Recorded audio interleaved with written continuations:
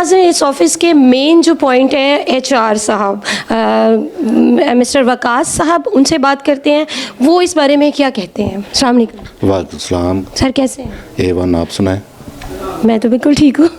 हम भी ठीक। अच्छा सर, मुझे ये बताएं कि आज का जो इवेंट प्लान किया आप सब लोगों ने, कैसा लगा, क्या फीलिंग हुई है कि ऐसे इवेंट्स बाकी लोगों को भी प्लान करना चाहिए, और आप क्या मैसेज देना चाहते हैं? जी, ये जो इवेंट था बहुत अच्छा था, खाने का इत्माम बहुत अच्छा था, और इसमें हमें गरीब लोगों को भी याद रखना चाहिए। उनका ज़्यादा हक होता है, तो उनको हमें ज़्यादा से ज़्यादा मदद करना चाहिए। ठीक है। और ये जो इवेंट असगर साहब ने करवाया है, तो बहुत अच्छा लगा। इधर आके खाने का इत्माम बहुत अच्छा था। कोई मैसेज देना चाहें कि और लोग भी इस तरह के इवेंट प्लान करें, आपस में नहीं तो गरीब लोगों के लिए करें, बाहर रोड पे बहुत सारे लोगों ने दस्तरखान बिछाए होते हैं, वो भी हिस्सा लें, ऐसा कुछ मैसेज देना चाहते हो?